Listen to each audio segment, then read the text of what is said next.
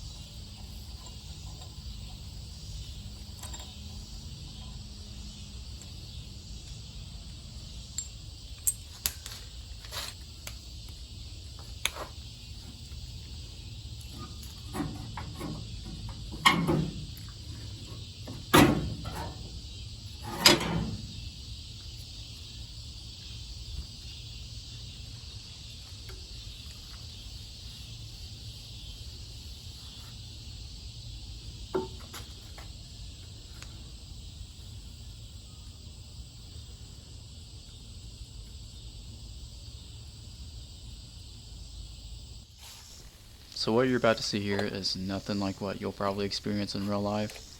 This nut was already loose, the pin was already loose. Otherwise, this nut gets torqued to 800 to 1,000 foot-pounds, and to get the pin out, it's on a taper. It's actually recommended to use a bottle jack, I guess somewhere around 10 to 20 tons, to press the pin out. But as you'll see here, it just falls out once I get this nut off.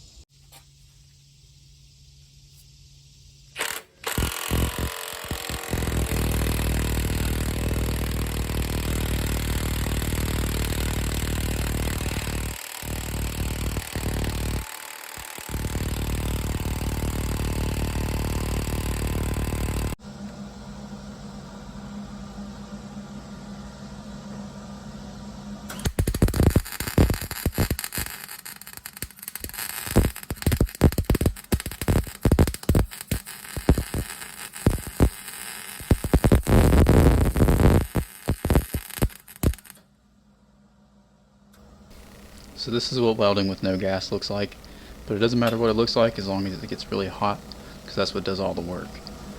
It's also better to weld in several strips along the width of the bearing, so in this instance it would be up and down, just to do several of those around the circumference of the bushing. I already started removing this one before I got the camera out.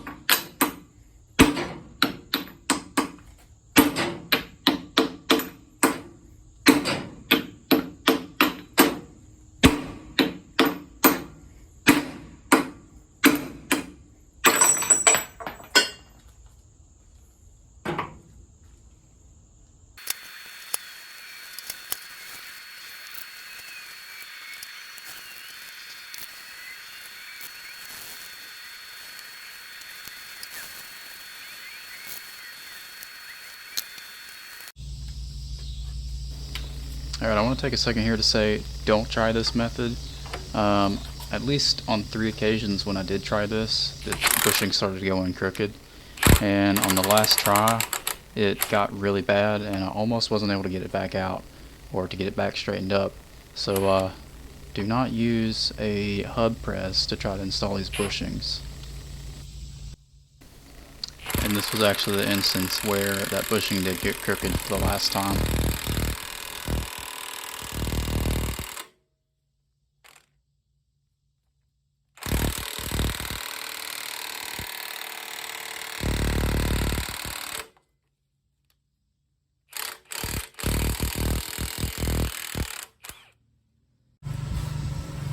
I found this to be the preferred method.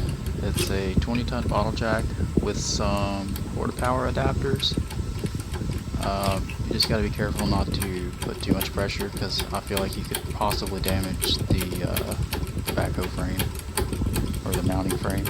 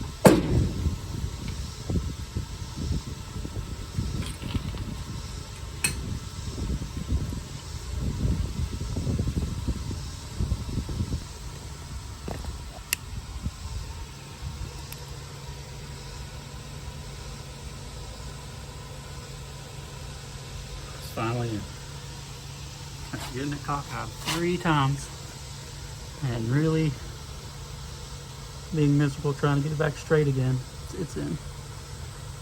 It's supposed to be flush with the bottom of this, but since I was pressing with that jack and the spring of the whole frame, it kind of overshot a little bit, but I think that's still perfectly fine.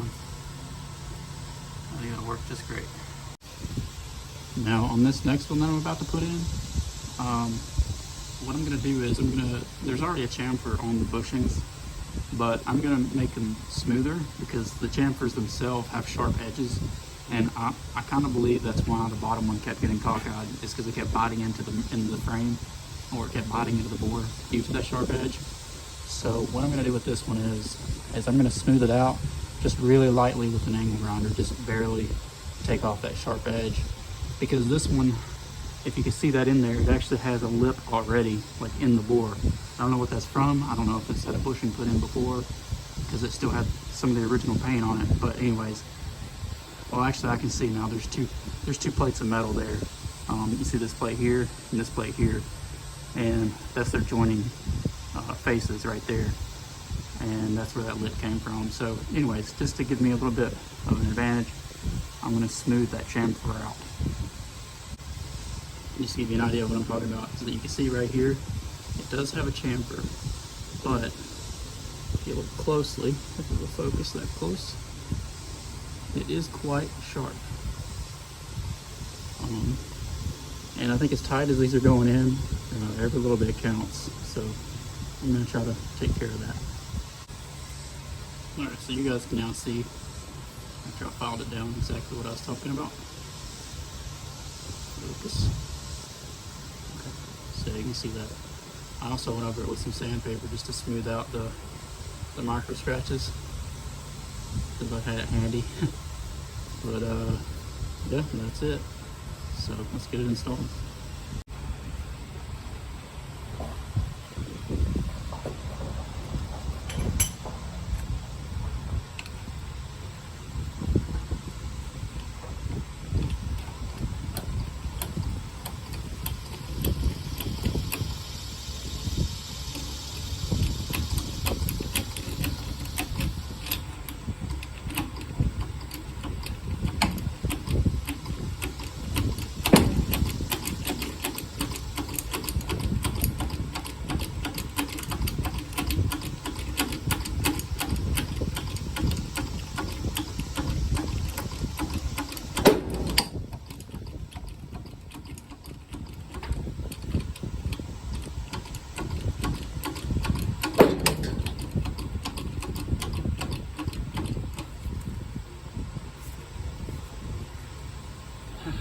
See that? No, not the other way.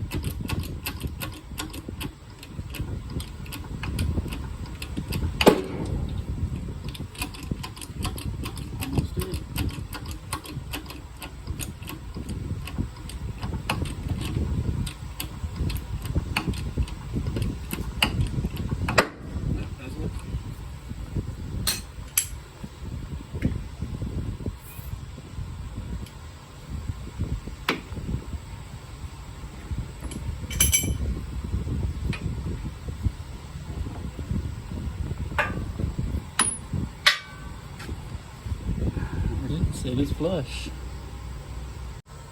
And then for anybody curious about how the tolerance is after it's been installed, because there is a very small amount of shrinkage.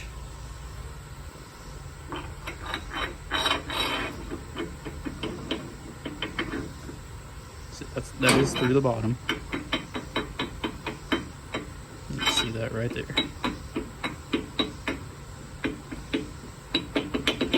So there is a little bit of looseness, but these are brand new parts, so I don't know what the tolerance is, but I can say that it's a million times better than what it was.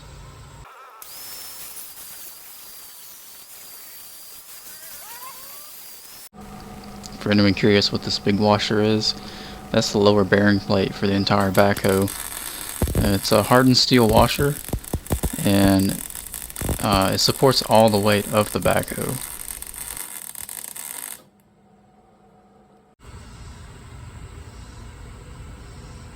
Not the best welds, but I had wind blowing on that first one. So a few high spots I need to go over, knock them down level with the washer, but after that, should be ready to go together. One of the things I noticed is that this bushing for the swing cylinder is backed out on both sides for some reason, so I'm going to see if I can get that back in place.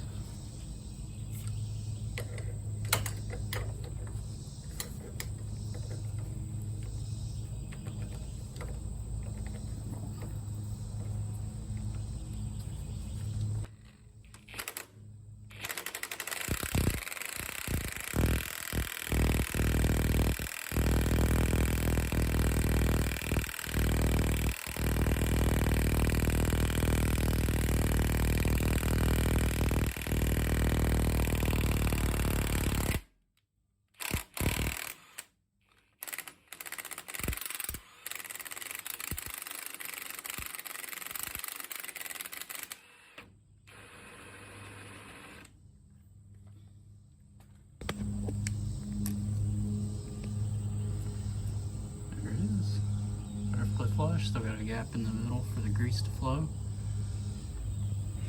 You can see in the swing tower it's actually made a groove in there. So either that bushing in there has pressed down as well, or it's worn down on this top face, or I don't know, maybe it's the wrong size bushing that's in there, but I know with that groove got stuck on the bushing that was protruding from here. And oh hey, I also noticed this when I got it cleaned up. This bushing is cracked in multiple places, so that's 1, 2, 3, 4, 5 right there. And the pin that came out of this was more worn than all the others, or the other one. So I think that's very likely the reason why this was backed out. So I'll definitely have to get that replaced in the future. But for right now, I don't think it's going to do much damage because the pin's already pretty far worn, the bushing's already pretty far worn. This bore here I think is perfectly fine though, so I have to keep an eye on that.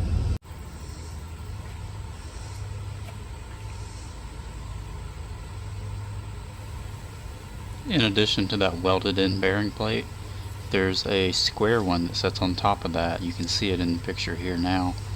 That's actually keyed to the Backhoe swing tower, so that one does not free spin. So that upper one's keyed to the Backhoe swing tower. The lower one is welded to the Backhoe frame. So between the two of those is the rotation pivot point, basically.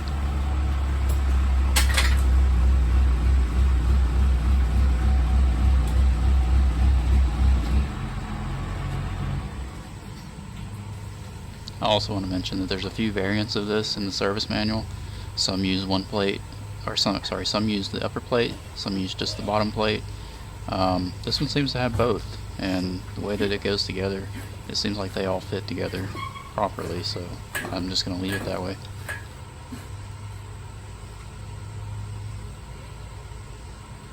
It's going.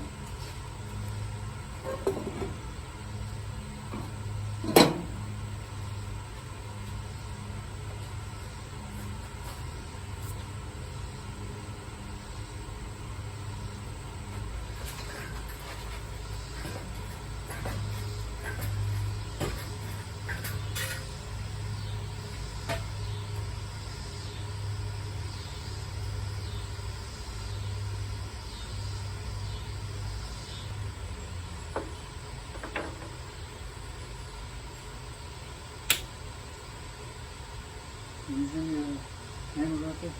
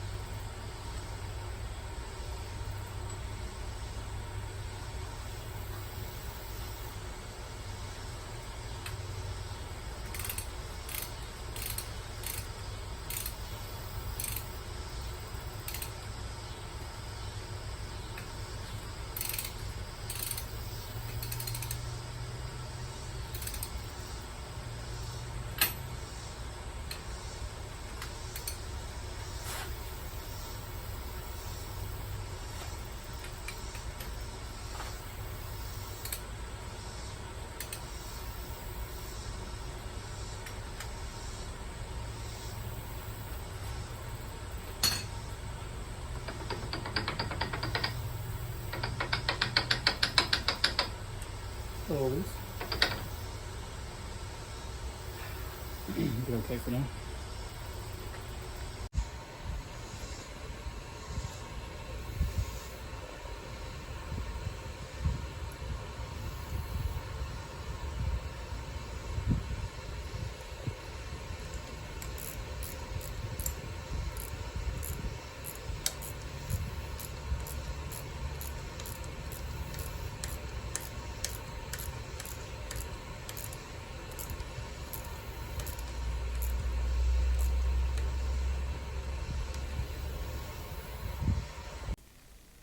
So on to tightening the nut.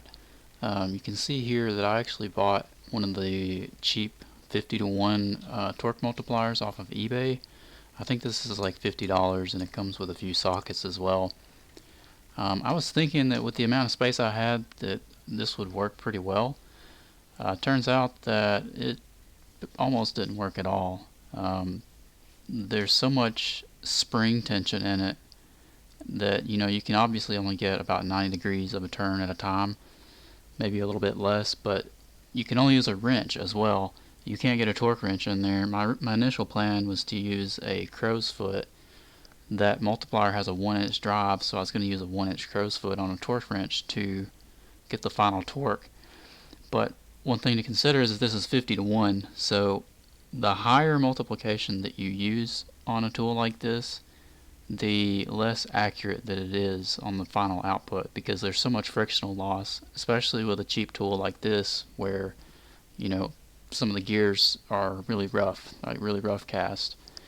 And I also wasn't able to hold it on the bottom because, as you can see, I've got that adjustable wrench on it, and that was just not enough. I think with the setup you see here and the wrench just turning it by hand, I probably got it somewhere around 200 foot-pounds before the adjustable wrench finally slipped off of the bottom.